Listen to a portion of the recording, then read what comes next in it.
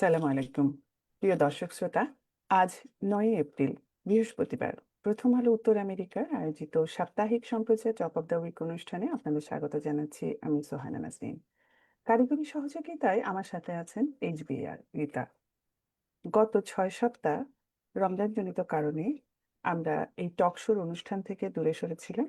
আবার ফেরত এসেছি দর্শকরা আপনাদের সামনে বিভিন্ন অতিথি নিয়ে, বিভিন্ন বিষয় নিয়ে, বিভিন্ন আলোচনার মাধ্যমে আপনাদেরকে তথ্য সরবরাহ করার এই প্রক্রিয়াটা আবার শুরু করলাম। আজ আমাদের সাথে আছেন মোহাম্মদ জয়নাল আবেদিন। জয়নাল আবেদিন LIC তে 1997 সালে প্রতিষ্ঠিত আইডিয়াল স্কুলের একজন প্রতিষ্ঠাতা ও পরিচালক। বর্তমানে তিনি বাংলাদেশি আমেরিকান অ্যাডভোকেসি গ্রুপ এর সভাপতি এবং একজন রিয়েল এস্টেট ব্যবসায়ী। 3 দশকের বেশি সময় ধরে কমিউনিটিকে নিরলসভাবে সেবা দিয়ে যাচ্ছেন তিনি। প্রথম আলো অনুষ্ঠানে যাওয়ার আগে প্রিয় দর্শক শ্রোতা, আপনাদেরকে প্রথম আলো ইউএসএ ফেসবুক পেজে এই আহ, অনুষ্ঠানটি দেখা যাচ্ছে, লাইভে দেখা যাচ্ছে। আজকের অনুষ্ঠানটি আমাদের ওয়েবসাইটের অ্যাড্রেস হচ্ছে প্রথম আলো ny.com। আমাদের ইউটিউব চ্যানেল প্রথম আলো ইউএসএ শেয়ার করুন, আপনারা সাবস্ক্রাইব করুন, আমাদের সঙ্গে রাখুন, আপনিও সঙ্গে থাকুন। ফিরে যাচ্ছি অতিথির কাছে। জয়নাল আবেদিন, আপনাকে আমাদের অনুষ্ঠানে স্বাগতম। কেমন আছেন আপনি? আলহামদুলিল্লাহ। আপনাদের প্রথম আলোকে ধন্যবাদ, আপনাদের প্রথম আলোর পুরো পরিবারকে ধন্যবাদ। এবং একটা শোক সংবাদ আছে, সেটা হচ্ছে যে আমাদের রীতা আপা কয়েকদিন আগে ওনার ভাইকে হারিয়েছে। আমরা শোক সন্তপ্ত পরিবারের প্রতি সমবেদনা জানাচ্ছি, ওনার আত্মার মাগফিরাত কামনা করছি আল্লাহর দরবারে, যাতে আল্লাহ রাব্বুল আলামিন ওনাদেরকে ধৈর্য ধারণ করার তৌফিক দেন এবং যিনি চলে গেছেন তাকে জান্নাতের উচ্চ মাকাম দান করেন। এবং সবাইকে ধন্যবাদ। ধন্যবাদ আপনাকে জয়নাল আবেদিন ভাই। আসলে এই খবরটাতে আমরা সবাই ওর পরিচিত এবং আমাদের বাঙালি কমিউনিটি অনেকেই ভীষণভাবে কষ্ট পেয়েছি এবং আমরা ইতিহি আত্মার প্রতি দোয়া করছি সবাই। আশা করছি আহ, তার পরিবার সবাই খুব অল্প সময়ের ভেতরে এই শোক কাটিয়ে উঠবেন। এবং বিগত 2 সপ্তাহ আমরা আসলে এই কারণেই প্রথম আলো যে টক শো সেটা থেকে বিরত ছিলাম, কিন্তু আবারও আমরা সবাই স্বাভাবিক জীবনে ফেরত আসি বা আমাদেরকে ফেরত আসতে হয়। সেই জন্য এইচবি রিতা আবারও আমাদের সামনে হাজির হয়েছেন এই টক শো নিয়ে। এবং আজকে আমাদের কাছে যে অতিথি আছেন জয়নাল আবেদিন, ওনাকেও আমরা নিয়ে এসেছি অনুষ্ঠানে। আমরা বর্তমানের কিছু কথা বলবো এবং উনি অসুস্থ ছিলেন শারীরিকভাবে। আমরা আপনার সুস্থতা কামনা করছি এবং আহ, আজকে আপনাকে এনেছি আসলে বর্তমানের কিছু সময়গুলো, যে অস্থির সময় চলছে আমাদের, সেখানকারই কিছু বিষয় নিয়ে আলোচনা করার জন্য। যে আমরা এখন এই মুহূর্তে একটা অস্থির সময়ের মুখোমুখি হচ্ছি, চারিদিকে যুদ্ধ আর যুদ্ধ। এই অস্থিরতা নিয়েই আজকে আমাদের আলোচনা হবে বলে আশা করছি। এবং এর মধ্যেও কিছুটা স্বস্তির খবর হলো, মধ্যপ্রাচ্যে প্রায় 6 সপ্তাহ ধরে চলা যুদ্ধের আপাতত অবসান ঘটতে চলেছে। 2 সপ্তাহ যুদ্ধবিরতি রাজি হয়েও হয়েছে ইরান ও যুক্তরাষ্ট্র, কিন্তু একই সাথে স্থায়ীভাবে যুদ্ধ বন্ধে আলোচনায় বসবে দুই দেশ। এটাও আশা করা যাচ্ছে যে তাদের আবার 10 দফা 15 দফার প্রস্তাব রয়েছে। আচ্ছা, আপনার কি মনে হয় এই আলোচনায় আমরা কি আশা করতে পারি? ধন্যবাদ আবারও প্রথম আলো পরিবারকে এবং দর্শক শ্রোতাদেরকে। আমি আসলে এখনো অসুস্থ, কিন্তু রীতা আপা কোনো কিছু অনুরোধ করলে না বলা যায় না। আলহামদুলিল্লাহ সুস্থতার দিকে। আপনাদের কাছে দোয়া চাচ্ছি যাতে আল্লাহ খুব তাড়াতাড়ি আমাকেও সুস্থ করে দেন। হ্যাঁ, আমরা বর্তমান পৃথিবীতে, বর্তমান বিশ্বে, বিশেষ করে যে মধ্যপ্রাচ্যে যে যুদ্ধের আহ, অবস্থা, এবং সেখানে আমাদের দেশ ইউনাইটেড স্টেটস সেখানে জড়িত। তো যুদ্ধ কারোই কাম্য নয়, এবং যুদ্ধেতে একটা কথা আমি প্রায় বলি, উইনার কেউ না। দিন শেষে সবাই হয়তো নিজেকে বিজয়ী দাবি করতে চায়, কিন্তু আলটিমেটলি কেউ উইনার না, কারণ সবাইকে অনেক কিছু হারাতে হয়, তারপর হয়তো কোনোদিন সেটি শেষ হয় অথবা সাময়িকভাবে শেষ হয়। তো আপনি যে প্রসঙ্গটা এনেছেন, বর্তমানে ইরান ভার্সেস আমেরিকা এবং ইসরায়েল ভার্সেস ইরান যে যুদ্ধটা শুরু হয়েছে গত 28শে ফেব্রুয়ারি, তার একটু পটভূমিকা আমাদের জানা দরকার। হুম হুম। তার কারণ 1979 সনের আগে, ইরানের সেই বিশাল বিপ্লবের আগে, ইউএস এবং ইসরায়েল ছিল ইরানের বন্ধু। কিন্তু 79 সনের ঠিক অব্যবহিত পরে, সেই বিপ্লবের পরেই তারা এলাই থেকে শত্রুতে রূপান্তরিত হয়। আচ্ছা, এখানে কিছু ঐতিহাসিক কারণ। সেটা হচ্ছে যে জন্য যুদ্ধটা ইউএস এবং ইসরায়েল ইসরায়েল যেই বিষয়টি সবসময় আপনারা জানেন যে মধ্যপ্রাচ্যে ইসরায়েল এমন একটি রাষ্ট্র, যেই রাষ্ট্রের সম্পূর্ণ প্রভাব ইউনাইটেড স্টেটসের উপরে বিদ্যমান। অনেক প্রেসিডেন্টকে আমরা বলতে শুনেছি যে ইসরায়েলের যে লবি ইউনাইটেড স্টেটসে কাজ করে, তাদের সামনে আমরা সিম্পল একজন গাই, অর্থাৎ একজন সাধারণ মানুষ। তো সেই বিষয়টা আমরা এবারও দেখতে পাচ্ছি। এই যুদ্ধটা আসলে ইউনাইটেড স্টেটসের যুদ্ধ না।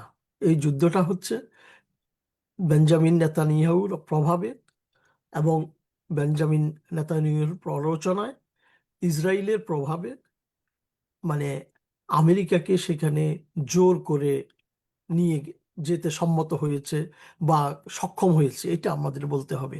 কারণ আমরা যদি যুদ্ধের পটভূমিটা দেখি এবার, বিশেষ করে যে এ- যে যুদ্ধের জন্য ইউনাইটেড স্টেটস যে হোমওয়ার্কটা করার দরকার ছিল, যদিও হুম হুম দীর্ঘদিন ধরে এই কনফ্লিক্টটা চলে আসতেছে, তারপরেও ইউনাইটেড স্টেটসের পক্ষ থেকে যে একটা ডিপ্লোম্যাটিক এবং পলিটিক্যাল, সোশ্যাল এবং অন্যান্য অনেকগুলো জিনিস যেটা অ্যানালাইসিস করার দরকার ছিল, আমি বলবো সেটি কিন্তু করা হয়নি। না করার কারণে ইরানের যে বর্তমান অ্যাবিলিটি হুম বা ইরানের যে স্ট্র্যাটেজি, সেই স্ট্র্যাটেজির কাছে কিন্তু এই বিশাল দুইটি নিউক্লিয়ার শক্তি, যেটা ইউনাইটেড স্টেটস তো পৃথিবীর সর্ববৃহৎ নিউক্লিয়ার কান্ট্রি, তারপরে ইসরায়েলেরও নিউক্লিয়ার রয়েছে।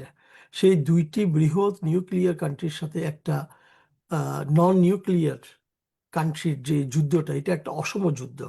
কিন্তু তারপরেও আমরা যদি ড্যামেজগুলো দেখি, গত 6 সপ্তাহ ধরে আম, যে যেই পরিমাণ ড্যামেজ এই তিনটা দেশেরই হয়েছে, সেটা অত্যন্ত বেদনাদায়ক। একদিকে আহ, ইরানের 2,000-এর বেশি লোক আহ, নিহত হয়েছে, 40,000-এর বেশি মানুষ আহত। আম, ইসরায়েলের অনেক নিহত হয়েছে এবং অনেক আহত। ইউনাইটেড স্টেটসের 13 জন সার্ভিস মেম্বার সহ অনেকেই নিহত এবং অনেক আহত। এই যে বিষয়গুলো, তাছাড়া এর যুদ্ধের যে প্রভাব, এটা অত্যন্ত সুদূর প্রসারী। কারণ এই যুদ্ধের ফলে যেই স্থাপনাগুলো ধ্বংস হচ্ছে বা ধ্বংস করা হয়েছে, সেগুলো তো আলটিমেটলি আমাদের ট্যাক্সের পয়সা, আমাদের ঘাম, আমাদের চিন্তার ফসল। কিন্তু আজকে সেগুলো আম, ধ্বংস হয়ে যাচ্ছে।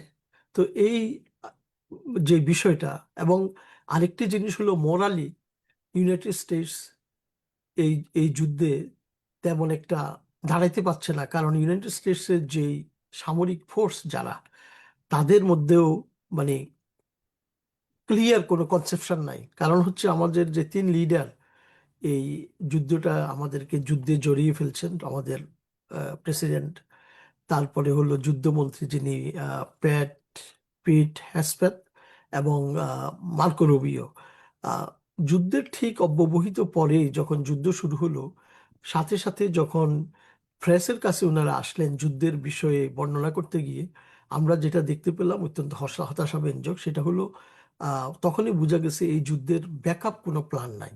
এবং এই যুদ্ধকে তারা জনগণের সামনে যেভাবে উপস্থাপন করা দরকার, ক্লিয়ার কনসেপশন দিয়ে, যে এই জন্য আমরা যাচ্ছি, এই আমাদের টার্গেট, এটা আমরা অ্যাচিভ করতে চাই। আমরা দেখলাম যে 3 জন এই বাঘা বাঘা লোক 3 ধরনের এক্সপ্লেনেশন আমাদেরকে দিল।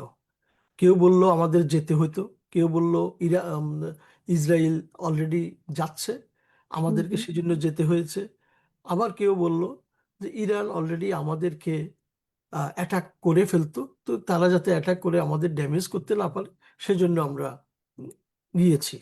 কিন্তু যুদ্ধ শুরুর আগেও গত বছর এই ধরনের 12 দিনের একটা যুদ্ধ ছিল, এবং এই গত বছরের যুদ্ধ এবং এই যে 28শে ফেব্রুয়ারি যুদ্ধের ঠিক মাঝখানে আমরা কি দেখছি? আমরা দেখছি ইরানে বর্তমান রিজিম যে আছে সেটার এগেনস্টে বিশাল বিক্ষোভ, লক্ষ লক্ষ লোক রাস্তায় নেমে আসছে। সেখানে অনেক কেউ কেউ ধারণা করছে 15 থেকে 20 হাজার লোক প্রাণহানি ঘটেছে ইরানের, হুম হুম যে তারা এই রিজিমকে চেঞ্জ করার জন্য। ফলে হয়তো ক্যালকুলেশনটা এমন ছিল ইসরায়েলের যে যেহেতু এইভাবে লক্ষ লক্ষ লোক নেমে আসছে, এটা একটা মোক্ষম সময় রিজিম চেঞ্জ করার। কিন্তু ইরানের যে পলিটিক্যাল স্ট্রাকচার এবং আহ, তাদের যে সরকারি যেই এটা কি বলবো, করলে না বলা যায় না, হুম হুম এটা অত্যন্ত অত্যন্ত ভিন্ন ধরনের। এটা গতানুগতিক না। যেমন আমাদের একজন প্রেসিডেন্ট মারা গেলে সেখানে সেটাকে রিভাইভ করতে অনেক সময় লাগে, কিন্তু ইরানের ক্ষেত্রটা একটু ভিন্ন। ইরান তাদের যেই ফর্মুলাতে চলে, আমরা দেখেছি যে আহ, আয়াতুল্লাহ খোমেনি, যিনি সর্ব তাদের সর্ববৃহৎ নেতা, আহ 86 বছর বয়সী, উনাকে প্রথমে হত্যা করা হলো। তারপরে এবং 50 জনের বেশি একেবারে টপ লেভেলের সরকারি আহ, কর্মকর্তা, মন্ত্রী, তারপরে যুদ্ধের যারা নেতৃত্ব দিত, তাদেরকে হত্যা করার পরেও আমরা দেখলাম যে আধা ঘন্টার পরে 28শে ফেব্রুয়ারিতে যখন অ্যাটাক হলো, তাদেরকে অ্যাটাক করা হলো, আধা ঘন্টার মধ্যেই তারা এমনভাবে রিটালিয়েশনটা করতে সক্ষম হয়েছে, যেটা যেটা থেকে আসলে সারা বিশ্বকে শিক্ষা নেওয়া দরকার। তো যেটাই আমরা বলতে চাই সেটি হচ্ছে আহ, যুদ্ধ কারোই কাম্য নয়, এবং আবারও বলবো যে আহ, এখানে উইনার কেউই নাই। আর আপনি যে কথাটা বললেন যে আমাদের একটা আশার আলো, যে হুম দুদিন হুম। আগে 2 সপ্তাহের জন্য যুদ্ধবিরতি, আসলে যুদ্ধবিরতির সেখানেও আমরা আহ, যদি বাংলায় বলতে হয় ভানুমতির খেলা দেখতেছি। প্রথমে 5 দফা, তারপরে আমাদের গভর্নমেন্টের পক্ষ থেকে 15 দফা, তারপরে ইরানের পক্ষ থেকে 10 দফা। আবার দেখা গেল যে আহ, এখন ইসরায়েল এবং ইরানের মধ্যে যে কনফ্লিক্ট, ওখানে গত রাত্রেও 200-র অধিক জীবন ইসরায়েল সেখানে যুদ্ধের মাধ্যমে 200-র অধিক জীবন ধ্বংস করলো লেবাননে। হুম আর হুম। এখনো 254 বোমা জনকে হত্যা করেছে 254 জনকে লেবাননে হত্যা এ করেছে। পর্যন্ত।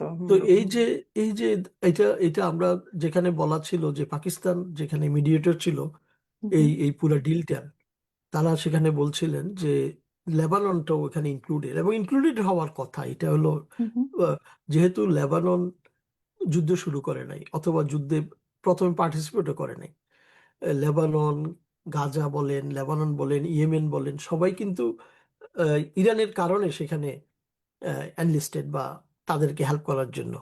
তো অবভিয়াসলি যখন মেইন অপোজিশনের সাথে কোনো ধরনের ডিল হয়, সেটা সবার উপরে বর্তায়। এটা হলো একটা কমন সেন্স। হুম হুম ওভারঅল যেটা আমরা শুনেছি যে 10 দফার মধ্যে এটা উল্লেখ ছিল যে লেবানন সেখানে ইনক্লুডেড, কিন্তু আমরা প্র্যাকটিক্যালি যেটা দেখলাম আহ, লেবাননে গত দিন যেটা ঘটলো সেটাও ইতিহাসে বিরল। এবং আমরা মানে আসলে আরেকটা জিনিস এই যুদ্ধে এবং আগেও আমরা লক্ষ্য করেছি, যখনই একটা সুরাহা হওয়ার পথে যায়, অর্থাৎ সিজফায়ারের দিকে যায়, হুম হুম। তখনই দেখা যায় ইসরায়েল খুব অ্যাগ্রেসিভ হয়ে যায়, এবং যাতে ওই অবস্থাটাকে তারা আহ, আহ, আবার যুদ্ধাঙ্গী যে হুম হুম। অবস্থা, সেই অবস্থায় চলে আসে, যার জন্য এটা আউট অফ কন্ট্রোল হয়ে যায়। তারপরেও আগামীকাল থেকে, আজকে থেকে অ্যাকচুয়ালি আচ্ছা, ইসলাম। জয়নাল আবেদিন ভাই, আমি আপনাকে তাহলে এই প্রসঙ্গে আরেকটা প্রশ্ন করি যে এই যে 40 দিনের হামলায় যে দেশটার সর্বোচ্চ নেতা আপনি বললেন যে আয়াতুল্লাহ খোমেনি সহ বিভিন্ন পর্যায়ের অন্তত 6 জন নেতার মৃত্যুর খবর পাওয়া গেছে, তারপরে এই যে লেবাননে মারা গেছে, তো এই অভিযানে 50 জনের বেশি প্রভাবশালী ইরানি নেতা নিহত হওয়ার প্রেক্ষাপটে আপনার কাছে জানতে চাচ্ছি যে ইরানের সাধারণ মানুষ এবং বিশ্ব মুসলিম সম্প্রদায়ের মধ্যে যে তীব্র ক্ষোভ তৈরি হওয়ার একটা আশঙ্কা রয়েছে, হ্যাঁ, তা প্রশমনে কি এখনো কোনো কূটনৈতিক পথ খোলা আছে বা নিচ্ছে বলে মনে হয়, যে নাকি মধ্যপ্রাচ্যের এই অস্থিরতা আমাদেরকে একটা অনিশ্চিত অনিবার্য যুদ্ধর দিকে ঠেলে দিবে বলে মনে হচ্ছে? ধন্যবাদ। অত্যন্ত প্রাসঙ্গিক একটি কথা। আয়াতুল্লাহ খোমেনি শুধু একজন প্রেসিডেন্ট, মানে মানে সবচেয়ে বড় নেতা নন। হুম হুম শিয়া সম্প্রদায়, আমরা জানি মুসলমানদের যে মধ্যে দুইটি সম্প্রদায়, সুন্নি এবং শিয়া। শিয়া সম্প্রদায়ের টাফ লিডার হচ্ছে আয়াতুল্লাহ খোমেনি। অর্থাৎ শুধু উনাকে রাষ্ট্রপ্রধান বা চিন্তা করলে ভুল হবে, এবং যেই মিস্টেকটা আহ, প্রথমেই ইউনাইটেড স্টেটস করেছে উনাকে হত্যার মাধ্যমে, যার ফলে হুম হুম যেখানে লক্ষ লক্ষ লোক, গত কিছুদিন আগে আমরা দেখেছি ইরানের এই যে বর্তমান প্রশাসন তাদেরকে চেঞ্জ করার জন্য, কারণ ইরানের মানুষও ভুক্তভোগী কিন্তু এই যে আহ, সেখানে বেকারত্ব বেশি, সেখানে মানুষ ফ্রাস্ট্রেটেড, সেখানে কথা বলার অধিকার নাই, আমরা বিভিন্ন সময় শুনে আসছি, এবং হুম হুম এগুলোর বাস্তবতাও আছে, এগুলোর অনেক হুম হুম রিয়েলিটি বিদ্যমান। কিন্তু তারপরেও যখনই তাদের সর্বোচ্চ নেতাকে হত্যা করা হলো, হুম হুম সেটি ওই সর্বোচ্চ নেতা আবার কোনো দল বা মতের না। সর্বোচ্চ নেতা আসলে সবার জন্য সর্বোচ্চ, এই বিষয়, এই জিনিসটি আমরা দেখতে পেয়েছি। কারণ হুম না হুম হয় যেভাবে আগে আন্দোলনটাকে বেগবান করা হয়েছিল, আমরা হয়তো দেখতাম যে লক্ষ লক্ষ লোক ইরানের এই রিজিমের চেঞ্জের জন্য রাস্তায় রাস্তায় নেমে আসতো, কিন্তু সেটা না হয়ে আমরা কি দেখলাম? উল্টোটা লক্ষ হয়েছে। লক্ষ লোক উল্টা নেমে আসছে। এবং উল্টো নেমে গতকালকে আসছে। গতকালকে যখন আহ, এই যে ট্রুসটা হইলো 15 দিনের, হুম 2 সপ্তাহ, লক্ষ লক্ষ লোক রাস্তায়। এবং শুধু তাই নয়, গত 3-4 দিন আগে আমাদের প্রেসিডেন্ট যখন বললেন যে এন্টায়ার হিউম্যানিটি উইল ডাই, অর্থাৎ ইরানকে এমনভাবে বিপর্যস্ত করবে, হুম হুম এন্টায়ার হিউম্যানিটি উইল ডাই, সেই ক্ষেত্রে তখন আমরা দেখলাম তাদের নাম করা করা যেসব শিল্পীরা আছে, যেসব রাজনৈতিক নেতারা আছে, তারা বিভিন্ন জায়গায় গিয়ে আহ, ব্যানার ধরে সেখানে তারা বাইরে অবস্থান করছে। তো এই যে দেশাত্মবোধ আমরা যেটা দেখলাম ইরানের মধ্যে এবং ইরানের মানুষের মধ্যে, এবং আমাদের প্রেসিডেন্ট আমন মানে ইরানের জনগণকে কিন্তু মনে আছে কিনা যে 28 তারিখে যখন যুদ্ধ শুরু হয় তখন আমন্ত্রণ জানিয়েছিল যে আমরা কাজ শুরু করে দিছি, এখন তোমরা শেষ করো, অর্থাৎ তোমরা বেরিয়ে আসো এবং এই রেজিম চেঞ্জ হয়ে যাবে। কিন্তু তার ঠিক উল্টাটা আমরা দেখলাম। এবং এই যে যে কথাটা বললেন যে if hmm hmm diplomacy never ends, একটি কথা আছে। কারণ দুই বা ততোধিক সার্বভৌম দেশের মধ্যে যখন এই ধরনের কোনো কনফ্লিক্ট অ্যারাইজ করে, ডিপ্লোমেসি অলওয়েজ কাজ করে। এই যুদ্ধের মধ্যে আমরা দেখতেছি যে আহ, কেউ কখনো সত্য বলছে, কেউ কখনো মিথ্যা বলছে, তারপরেও ব্যাকডোরে কিন্তু আলোচনাটা চলছে। তো চলছে। হুম হুম আমরা আশা করব যে এই যে আলোচনা এখন শুরু হলো হুম হুম পাকিস্তানের ব্রোকার্ড ইয়েতে, ইসলামাবাদে, সেখানে ইউনাইটেড স্টেটসের পক্ষ থেকে জয়েন করছেন আহ, জেরি ভ্যান্স ভাইস প্রেসিডেন্ট, হুম হুম উইটকফ, এবং আহ, ডোনাল্ড ট্রাম্পের যে জামাতা, এবং ইরানের পক্ষ থেকে ইরানের পররাষ্ট্রমন্ত্রী, ইরানের স্পিকার, আমরা যতটুকু শুনতে পেরেছি। এবং পাকিস্তান যেহেতু মধ্যস্থতা করতেছে, সেখানে পাকিস্তানের প্রধানমন্ত্রী সহ 4 জন। আমরা আশাবাদী এবং দোয়া করি। অবশ্যই সারা বিশ্বের আশাবাদী। মানুষ জি। আসলে আশা করা উচিত, দোয়া করা হ্যাঁ উচিত, হ্যাঁ। যেহেতু আমরা শান্তি চাই। আচ্ছা, এখন যে আহ, আহ, আমাদের এখানে যে যুদ্ধ বিরতিতে যে তেলের দাম, যেটা আমরা এখন সবাই যুক্তরাষ্ট্রে বসে সবাই অনুভব করছি, যে তেলের দাম কমলেও কিন্তু সরবরাহ সংকট কিন্তু কাটেনি। হ্যাঁ, এই উৎপাদন, পরিবহন ও নিরাপত্তা অনিশ্চয়তা, বৈশ্বিক জ্বালানি বাজার এখনো মানে চাপে আছে। এ ধরনের প্রতিবেদনগুলো, পত্রিকাগুলো এটাই বলছে।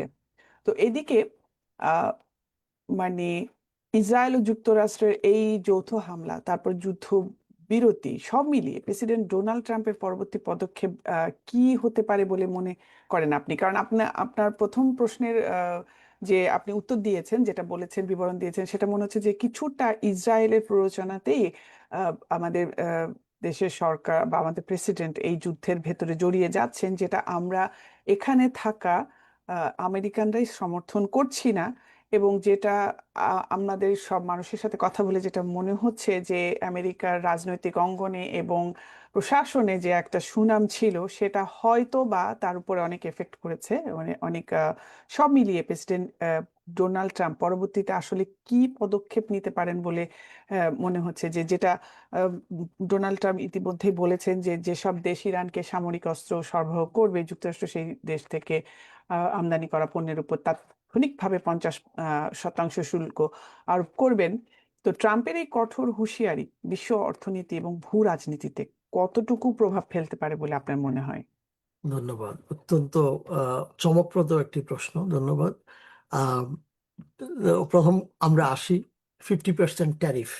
হুম হুম আমরা ডোনাল্ড ট্রাম্প প্রেসিডেন্ট হিসাবে 2025 সনের জানুয়ারির 20 তারিখে যখন ক্ষমতা নেন, তখন থেকে আমরা দেখছি একবার বিভিন্ন দেশের উপরে ট্যারিফ হুম হুম উনি বসিয়েছেন। ইমিগ্রেশন থেকে শুরু করে, মানে দেশে বিদেশে আজকে এখানে ইনভেট করতে যাওয়া, চিন্তা করা, মানুষকে ধমক দেওয়া, এটা ডোনাল্ড ট্রাম্পের একটা নিত্য নৈমিত্তিক একটা স্ট্র্যাটেজি। এবং আমরা এই বিভিন্ন সেনেটর, যারা হুম হুম ইউএস সেনেটর এবং কংগ্রেসম্যান, তাদের মুখ থেকে শুনতে পাচ্ছি যে ডোনাল্ড ট্রাম্প আসলে হি লাভস, মানে টুইটার, এক্স, তারপরে কি Truth Social more than diplomacy. Hmm এবং hmm he can not hold, একজন প্রেসিডেন্ট হিসাবে কথার যে গুরুত্ব বহন করা, মানে কোনো একটি কথা বের হলে তার কথার যে একটা বিশাল গুরুত্ব সারা পৃথিবী হুম আহ, হুম দেয়ার কথা, সেই কিন্তু সেটা কিন্তু উনি ব্যর্থ এটা রাখতে। কয়েকদিন আগে বলেই ফেললেন যে ইরান নাকি উনাকে সর্বোচ্চ নেতা হওয়ার জন্য অফার করছেন। আবার ভেনিজুয়েলায় প্রেসিডেন্ট হিসেবে প্রার্থী হওয়ার জন্য, যেহেতু আগামী 2 বছর পরে হুম ওনার হুম টার্ম শেষ হবে, হি ইজ লার্নিং স্প্যানিশ। এই ধরনের এই রেটরিক, এই ধরনের হালকা কথাবার্তাগুলো হুম হুম আসলে আহ, আমাদের মর্যাদাকে, আমি ক্ষুণ্ণ মনে করে। করি যে সারা পৃথিবীতে যে ইউনাইটেড স্টেটস এর president, president of the free world country, hmm hmm এই এই সেটা সেই আমাদের যে ওইটা মান কিন্তু মর্যাদাটা ছিল, জি, যেটা মানুষ এক কথায় হাসাহাসি বিশ্বাস করে করতো, পশ্চিমবঙ্গ, হাসাহাসি করে, আমিও হাসাহাসি ঠিক করে। এটাই বলতে চাচ্ছি আপনাকে যে ভেনেজুয়েলার প্রেসিডেন্টকে যেভাবে উনি তুলে আনলেন, যেটা জি। কিছুটা দেখে মনে হয় যে কাজটার ভিতরে যে একটা মোড়লিপানা আছে, হ্যাঁ ঠিক শুধু সেরকমই। মোরালি পানা না, মানে উনি বুঝাইতে চাচ্ছেন যে হাউ পাওয়ারফুল। এবং আজকেও উনি যেটা বললেন যে আই ক্যান ডেস্ট্রয় এভরিথিং, মানে এই যে ডিস্ট্রাকশনের যে বিষয়টা, এই যে আমেরিকান পলিটিশিয়ানরা, আমেরিকান সাংবাদিকরা, বিভিন্ন আহ, নাম করা করা সাংবাদিক, যেমন জন, তারপরে ট্রাকার, এই ধরনের প্রথিতযশা সাংবাদিকরা, তারা তুলোধনা করতেছে হুম হুম যে যেসব কথাবার্তাগুলো কিন্তু উনি আহ, বলে যাচ্ছেন। তো এখন নেক্সট স্ট্র্যাটেজিটা কি হবে এই ব্যাপারে আপনি জানতে চেয়েছেন। আমার মনে হুম হয়, হুম এবং আমরা যেটা গত 2 দিন ধরে প্রত্যক্ষ করলাম, যে দেখেন এই যুদ্ধের 2 সপ্তাহের যে একটা টেম্পোরারি বিরতি, এর মধ্যে কিন্তু কাজকর্ম কিন্তু থেমে নাই। যেমন এখান থেকে অস্ত্রশস্ত্রে সজ্জিত করে আম, গোলা বারুদ থেকে শুরু করে আর্মি পার্সোনালদেরকে নেয়া এবং তাদেরকে বিভিন্ন জায়গায় প্লেস করা, অর্থাৎ এইসব সবগুলো কাজ কিন্তু চলতেছে। হুম হুম এবং ফাঁকে ফাঁকে আজকেও ইরানে বিভিন্ন জায়গায় সেখানে বম্বিং হয়েছে। তারাও রিটালিয়েট করছে ইসরায়েলে। এবং ইসরায়েল, আমরা যেটা আগে আলাপ করলাম, লেবাননে বিশাল হত্যাযজ্ঞ করেছে। এই সব মিলে আহ, যুদ্ধ আসলে থেমে নাই। কিন্তু একটা আহ, যেহেতু আলাপ চলতেছে, এটা একটা আমরা একটা পজিটিভ দিক মনে করতেছি। তবে এটা এমনও হইতে পারে, দুই দিকেরই একটা স্ট্র্যাটেজিক্যাল অবস্থান হইতে পারে, যে এক নাগাড়ে যখন যুদ্ধ চলতে থাকে তখন তো হুঁশ থাকে না। আহ, এই মানে টেম্পোরারি সিসফায়ার গুলোর হুম মাধ্যমে হুম হুম হয়তোবা তাদের পজিশনগুলোকে রিইভ্যালুয়েট করা, পজিশনগুলোকে রিইভ্যালুয়েট করা এবং পরবর্তী স্ট্র্যাটেজিটা ঠিক করা, এই ধরনের হইতে পারে। তবে আমরা এটা আশা করি না। আমরা আশা করি যে আহ, আল্লাহর হয়তো রহমত হবে এবং আহ, সব পলিটিশিয়ানরা তাদের আহ, দূরদর্শিতা দেখাবে, হুম হুম। এবং যাতে অবশ্যই। আর ধন সম্পদ থেকে শুরু করে মানুষ অন্ততপক্ষে ভালো থাকতে পারবে, তারা যুদ্ধ থেকে ফিরে আসবে। একটু এটা আমরা মানববাদী হতে হবে সবাইকে। মানববাদী। অনেক ধন্যবাদ জয়নাল আবেদিন ভাই। আপনার কাছে তাহলে একটু রাশিয়া সম্পর্কে যাই। রাশিয়া সম্পর্কিত যে পররাষ্ট্র মন্ত্রণালয়ের মুখপাত্র যে মারিয়া জাখারোভা সম্প্রতি দাবি করেছেন যে ইরান হামলায় যুক্তরাষ্ট্র ও ইসরায়েল শোচনীয় পরাজয় বরণ করেছে এবং এই সংকটের কোনো সামরিক সমাধান নেই বলে তারা দাবি করছেন। আমরা আবারও দেখেছি যে মধ্যপ্রাচ্যে চলমান ভয়াবহ যুদ্ধের অবসান আহ, ঘটাতে অধ্যাপক মোহাম্মদ ইউনূস বিশ্ব নেতার প্রতি অবিলম্বে জরুরি ও কার্যকর পদক্ষেপ নেওয়ার জোরালো আহ্বান জানিয়েছেন। বর্তমানে এই উত্তাল সময় অধ্যাপক ইউনূসের এই বার্তাকে আপনি কতটা গুরুত্ববহ বলে মনে করেন, যে ট্রাম্প প্রশাসনের উপর এই ধরনের বৈশ্বিক আহ্বান কি আদৌ কোনো ইতিবাচক প্রভাব ফেলতে পারে?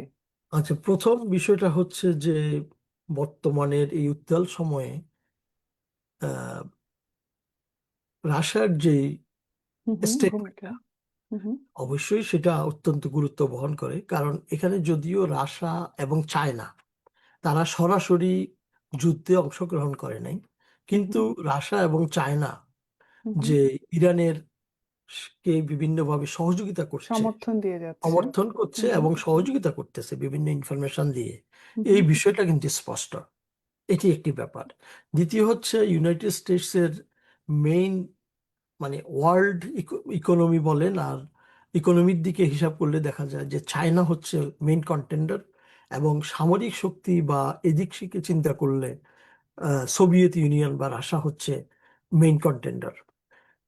যদিও আমরা গত পরশুদিন যখন এই ট্রুসটা হলো, হুম আমরা হুম। দেখেছি যে ইউনাইটেড স্টেটস যে বিবৃতিটা দিয়েছে, we win and big time, সেটাই বলছে। অর্থাৎ হেরেছে বা আহ, এখনো আলোচনায় আছে সেটা না, ভিক্টোরি দাবি করে ফেলেছে। অ্যাট দ্য সেম টাইম ইরানও কিন্তু বিশালভাবে তারা সেলিব্রেটও করেছে, তাদের যে 10 দফার তারা জয়ী হয়েছে, তারা সেলিব্রেট করেছে। তো হুম এর হুম।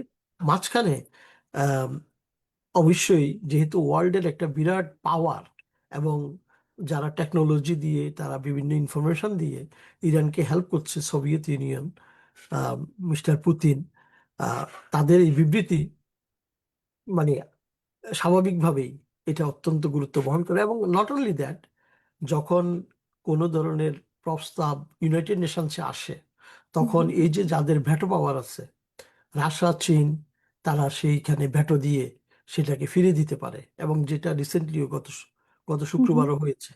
তো তাদের এই বিবৃতি অবশ্যই একটা বিশাল গুরুত্ব বহন করে। অনেক ধন্যবাদ আপনাকে। এই যে আপনার যে চমৎকার বিশ্লেষণ একটা আলোচনার একটা বিষয়ের প্রতি দর্শকরা নিশ্চয়ই উপভোগ করছেন, যে আন্তর্জাতিক এই উত্তাল রাজনীতি নিয়ে আসলে এখন আমরা সবাই খুব মানে নজর রাখছি প্রতিদিনকার খবরের দিকে, টেলিভিশনের দিকে কি হতে যাচ্ছে কি হচ্ছে।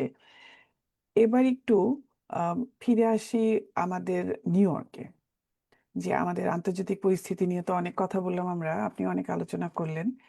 এবার প্রসঙ্গে ফিরে যাই, জোহরান মামদানির মেয়র হিসাবে দায়িত্ব পালনের 4 মাস হয়ে গেছে, সেই বিষয় নিয়ে যে এই অল্প সময়ে নেয়া তার পদক্ষেপগুলো এবং দীর্ঘমেয়াদী পরিকল্পনা বাস্তবায়ন নিয়ে সাধারণ মানুষের মধ্যে যে মিশ্র প্রতিক্রিয়া হয়েছে সেটা আমরা সবাই লক্ষ্য করেছি।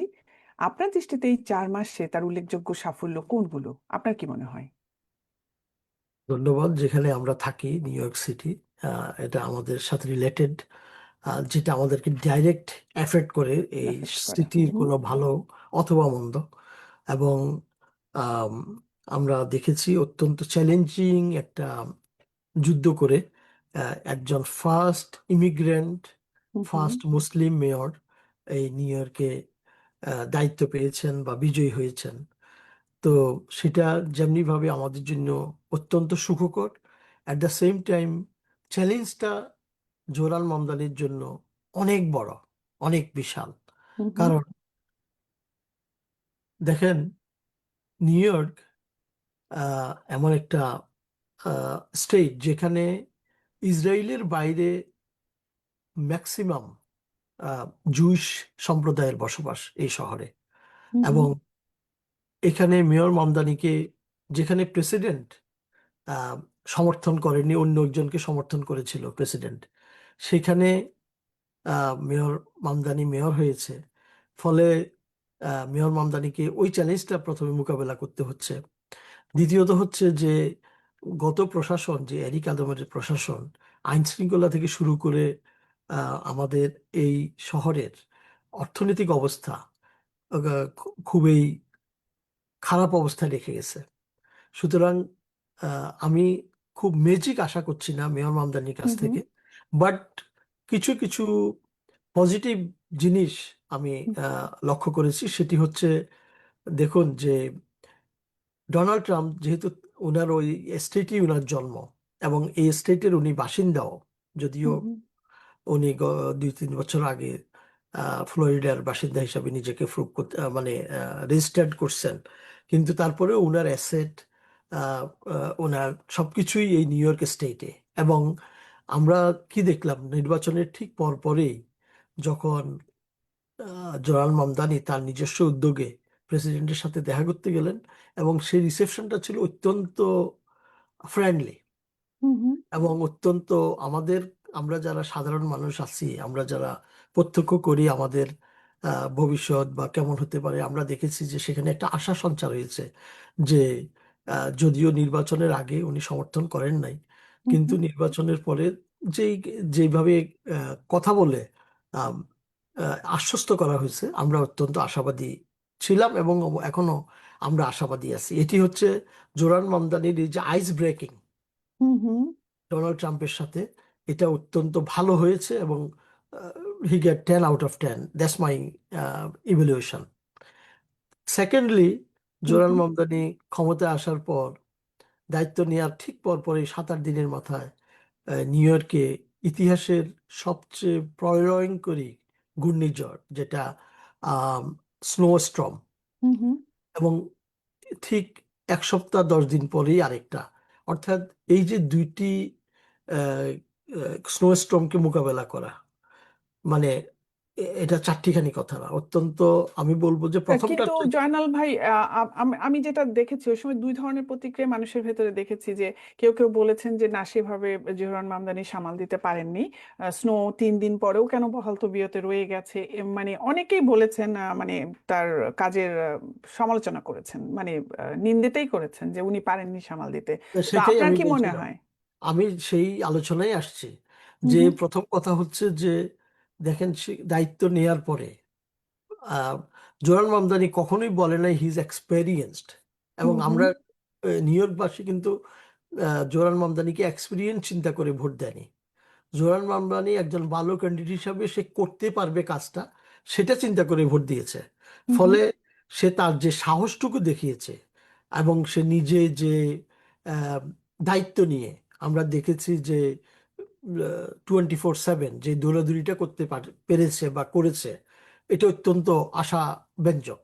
এবং হুম হুম প্রথমটার চাইতে দ্বিতীয় যে স্নো স্টর্মটা, সেটা অত্যন্ত আহ, দক্ষতার সাথে কিন্তু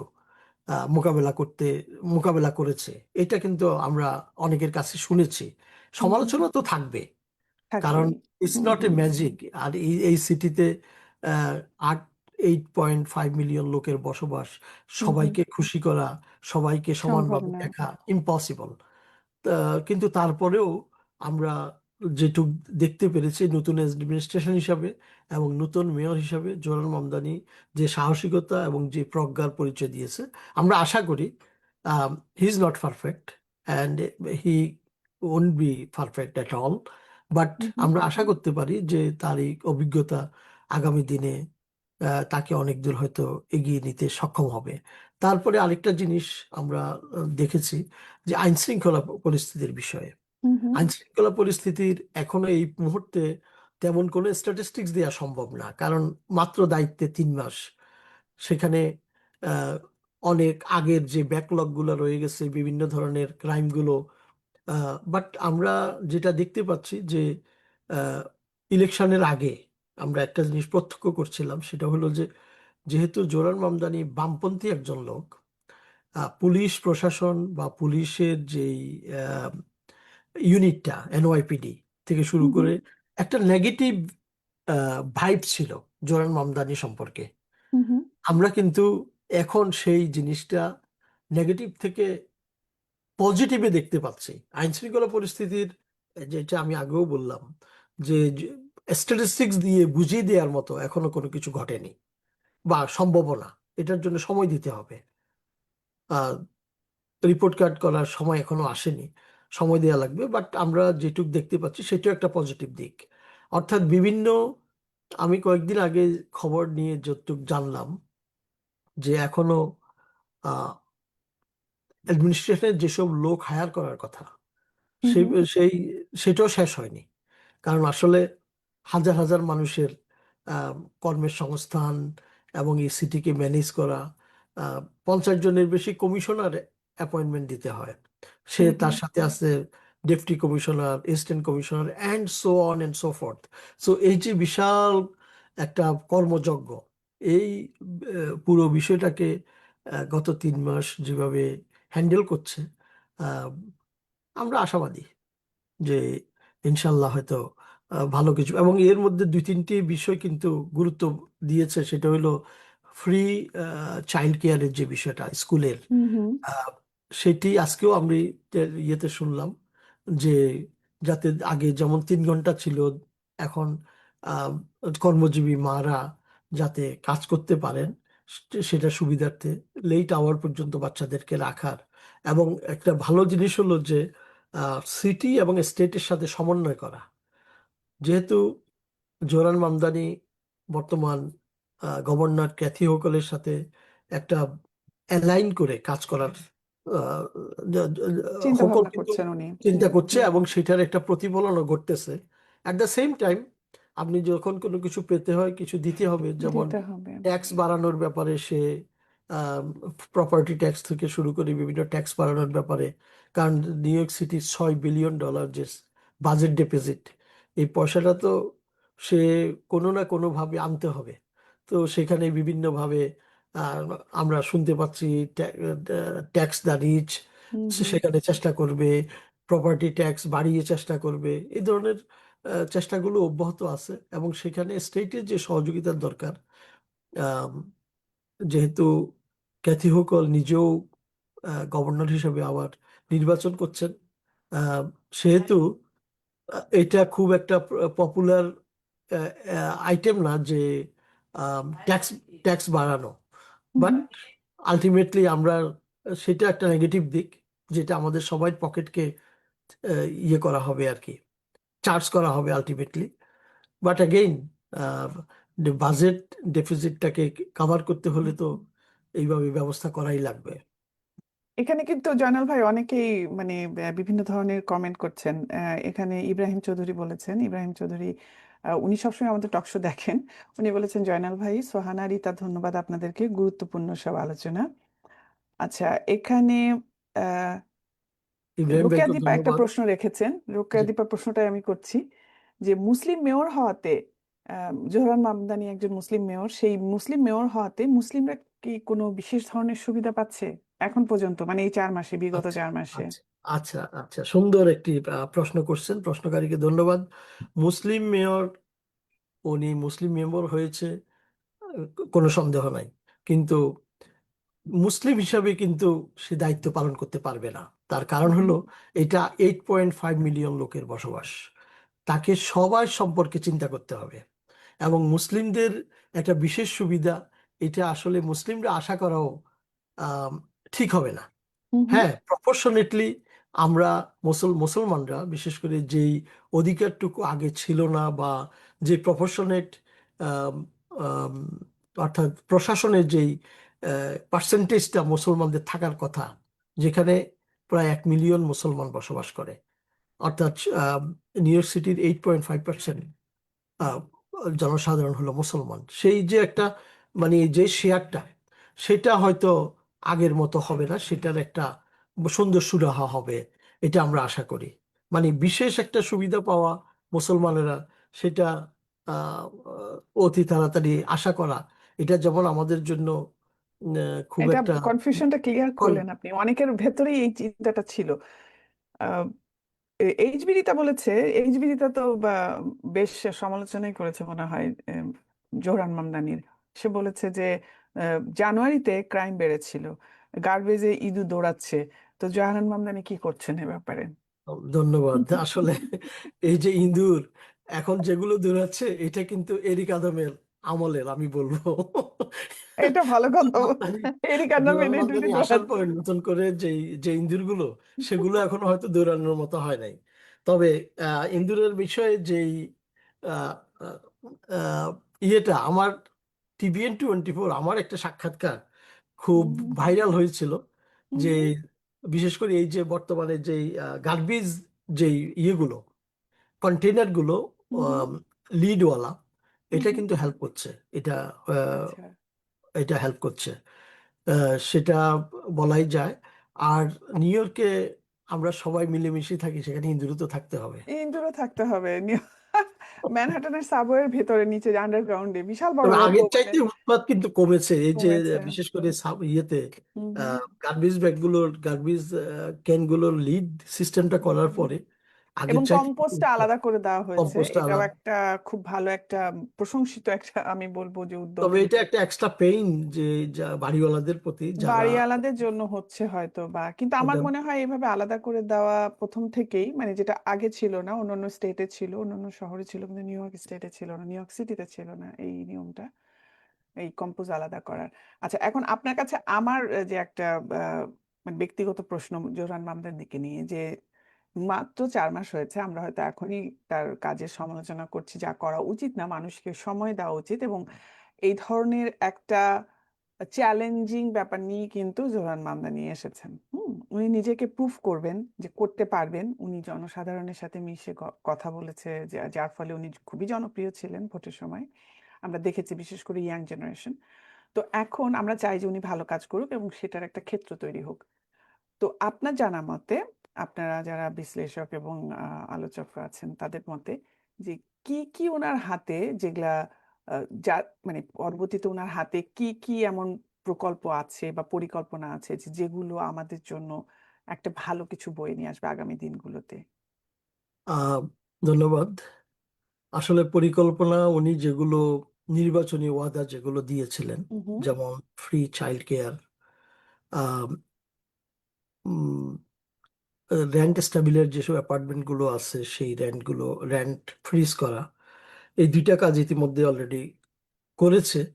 এবং এখানে শুনেন, প্রতিটি কাজের একটা দুইটা পক্ষ থাকে, দুইটা হুম পজিটিভ এবং হুম নেগেটিভ দিক থাকে।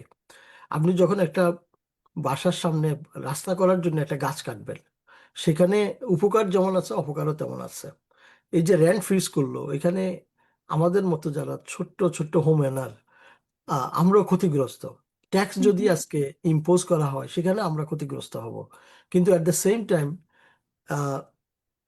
যেটা ছিল নির্বাচনী ওয়াদা, সেই নির্বাচনী ওয়াদাগুলোর দিকে কিন্তু সে কাজ করার আহ, আগ্রহ দেখাচ্ছে এবং সেই সেই লক্ষ্যে আগাচ্ছে কিন্তু, এটা আমরা বলতে পারি। আহ, যেমন child care, free child care, hmm hmm rent freeze করা। এখন যেটা বলছিল যে সাবওয়ে, মানে বাস ফ্রি, হুম এবং হুম। বাস আরো দ্রুত চলার ব্যবস্থা করা, সেগুলোর জন্য কাজ করছে, কাজ চলছে। কিন্তু রাতারাতি যে হয়ে যাবে এটা আশা করা। বাস ফ্রি করে দেওয়াটা নিউ ইয়র্ক শহরে আমার মনে হয় খুব বড় একটা পরিকল্পনায় পরিণত হবে, কারণ বাস, ট্রেনের চাইতেও বাস একটু বেশি জায়গা ধরে মানুষকে সেবা দিয়ে যাচ্ছে। আমার মনে হয় এটার জন্য একটা বড় মাপের বাজেট লাগবে, না হলে এটা করা সম্ভব না। এমটিএ কে না হলে অনেক খেসারত দিতে হবে, যেটা মনে হয়, কারণ বাসটা, ট্রেন একটা স্পেসিফিক জায়গা দিয়ে গেল, একটা নির্দিষ্ট জায়গা দিয়ে গেল, বাস কিন্তু নিউ ইয়র্ক শহরে জালের মতো ছড়ানো। জি, জি। আমার মনে হয় না। আচ্ছা, এখানে আরো কারো কাছে যদি কোনো প্রশ্ন থাকে করতে পারেন আপনারা, আর না হলে আবার সেই যুদ্ধেই ফেরত যাব আমরা।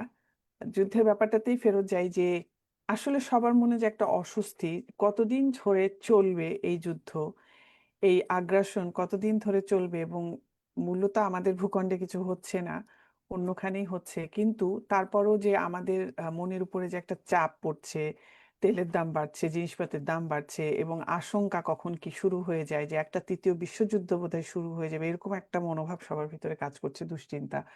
এই ব্যাপারে আপনার কি মনে হয় যে আসলেও কতটুকু ভয়াবহতায় পরিণত হতে পারে সামনের দিনগুলো? ধন্যবাদ। এটা হচ্ছে যুদ্ধের একটা ভয়াবহতা। আমরা শুধু মানসিক চাপ না, আমরা হুম হুম সর্বদিকে চাপে আছি। আমরা গত 6 সপ্তাহ ধরে যে হারে আমাদেরকে তো গাড়ি চালাতে হয়েছে, হুম সেখানে হুম আমাদের পকেটের দিকে খেয়াল করলে আমরা দেখেছি আমাদের কি অবস্থা। এবং এখনো কিন্তু এটা শেষ হয়নি বা শেষ হওয়ার কোনো এবং অনেক যে সম্পদ নষ্ট হয়ে গেছে, হুম হুম এবং ইকোনমিক যেই সুনামি, যেটা একটা এই গ্লোবাল বিশ্বে যখন কোনো অ্যাসেট থাকে, এই অ্যাসেটটা কিন্তু সারা বিশ্বের সব মানুষের। আর হুম যখন হুম এই অ্যাসেট গুলো ধ্বংস হয়, এটা মোরলেস আমাদের সবার গায়ে লাগবে। ঠিক তেমনি ভাবে যে অয়েল, তারপরে আজকে যে হরমুজ প্রণালীটা বন্ধ আছে, বন্ধ হুম থাকার হুম কারণে যেটা হয়েছে যে হরমুজ প্রণালী দিয়ে সব দেশের জাহাজ কিন্তু যেতে পারছে না, হুম এবং হুম সেখানে অনেক রেস্ট্রিকশন করা হয়েছে বিভিন্ন দেশের জাহাজ যাওয়ার ব্যাপারে, এবং সেখানে এক ধরনের ট্যাক্স কালেক্ট করা হচ্ছে। অর্থাৎ তেলের দাম আমরা আগের যে অবস্থায় দেখেছিলাম, এটা আবার সেই অবস্থায় দেখবো, এটা মনে হয় আশা করা একটু দুরূহ ব্যাপার। দ্বিতীয় যে বিষয়টা, আমরা শুধু আমেরিকায় বসে এফেক্টেড তা নয়, বাংলাদেশে যারা আছে আমাদের আত্মীয় স্বজন, খোঁজ নিয়ে হুম হুম দেখবেন তারা অর্ধেক এখন রাতের 6টার পর থেকে লাইট জ্বালানো বন্ধ করে দিয়ে, মানে একটা সার্টেন টাইম পর্যন্ত, আগের মানে এই যে ইলেকট্রিসিটি থেকে শুরু করে সব ব্যাপারে কৃচ্ছ্রতা সাধনের জন্য আহ, চেষ্টা করছে। স্কুলগুলোকে, হুম হুম স্কুল কলেজগুলোকে ক্লাস কমিয়ে, ফিজিক্যাল ক্লাস কমিয়ে অনলাইন করার চেষ্টা করছে। অর্থাৎ বিভিন্নভাবে মানুষ এফেক্টেড। হুম হুম তাছাড়া আমি আসলে আম, যেটি খুব ব্যথিত, এই যদিও যুদ্ধটা বাংলাদেশের সাথে কোনো কিছু না, কিন্তু বাংলাদেশের কয়েকজন মানুষ আম, এই যুদ্ধে কিন্তু সৌদি আরবে, কাতারে এবং ওমানে আহ, মানে শাহাদাত বরণ করেছেন এই যুদ্ধের সরাসরি প্রভাবে। আমি তাদের আত্মার মাগফিরাত কামনা করি এবং সেই সকল পরিবারের প্রতি সহযোগিতা, সহানুভূতি জানাই। এই এই যে প্রভাবটুকু, যে যে কোনো প্রভাবেই, আর আরেকটা জিনিস চিন্তা করবেন যে মিডল ইস্টের যে গালফ কান্ট্রিগুলোতে বাংলাদেশের প্রায় 1 কোটি লোক কাজ করে। হুম আজকে যদি ওখানে এই যে অস্থিরতাটা, অস্থিরতার ফলে যখন তাদের ইকোনমি এফেক্ট করবে, তারা যখন কর্মের সংস্থান কর্মের ব্যবস্থা করতে পারবে না, তখন এই বাংলাদেশের এই কোটি মানুষ কিন্তু কি করবে? তখন তাদেরকে দেশে ফিরে যেতে হবে। দেশে ফিরে গেলে একদিকে বৈদেশিক মুদ্রা যে প্রভাব, ইনকাম যেটা হতো সেটা হলো না, মোরওভার দেশের উপরে একটা বিরাট চাপ। চাপ এবং পড়ছে। সেখানে সেখানে শুধু অর্থনৈতিক চাপ না, হুম মানসিক হুম চাপ, বিভিন্ন ধরনের নেগেটিভ ইমফ্যাক্ট সেখানে আছে। অর্থাৎ সর্বোপরি যুদ্ধটা কারোর জন্যই যে শান্তি বয়ে আনবে এটা বলা যায় না। এবং কতদিন, আপনি এই প্রশ্নটা করেছেন, আমি আশা করি, আশা করতেছি যে আগামীকালই শেষ হয়ে যাক, হুম কিন্তু হুম বাস্তব তা বলছে না।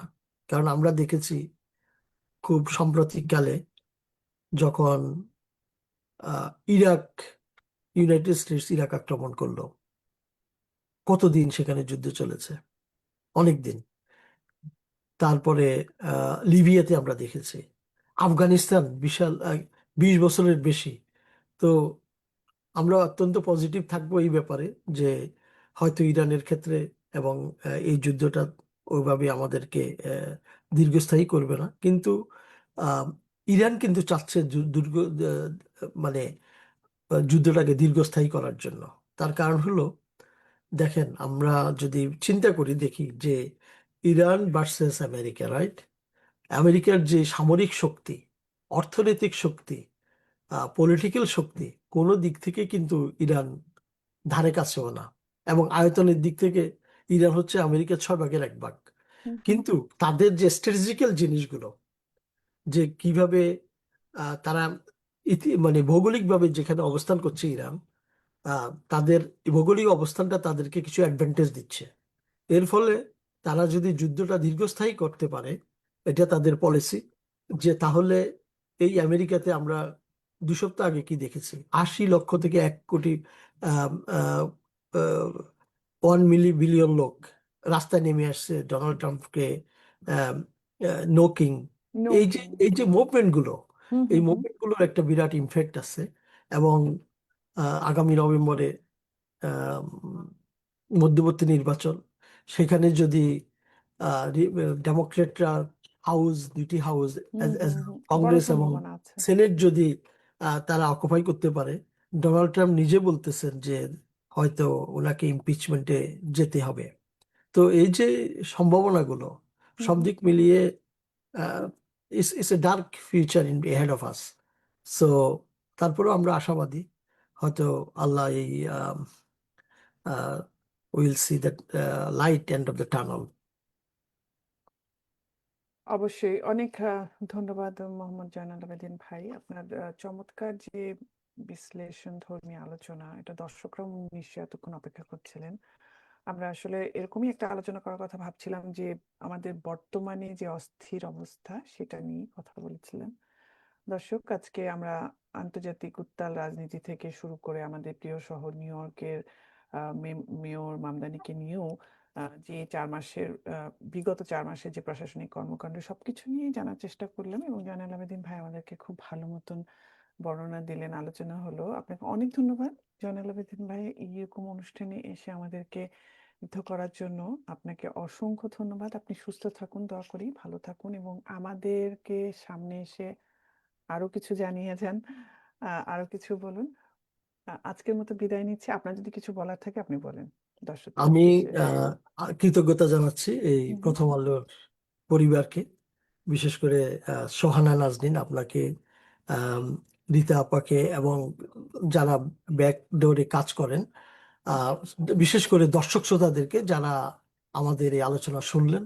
আহ, যদি আহ, কোনো ধরনের ইনফরমেশন পেয়ে থাকেন এবং সেটি আহ, আমাদেরকে ধন্য করবে, এবং ডেফিনেটলি অনেক ধন্যবাদ আপনাদের সকলকে।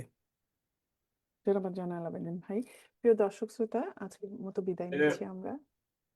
আর সামনের বার আবারও দেখা হবে সামনের সপ্তাহে বৃহস্পতিবার রাত 9টায়, ভিন্ন কোনো অতিথির সাথে ভিন্ন কোনো বিষয়বস্তু নিয়ে। তার আগ পর্যন্ত আপনারা ভালো থাকুন, সুস্থ থাকুন, সুন্দর থাকুন। ধন্যবাদ। ধন্যবাদ।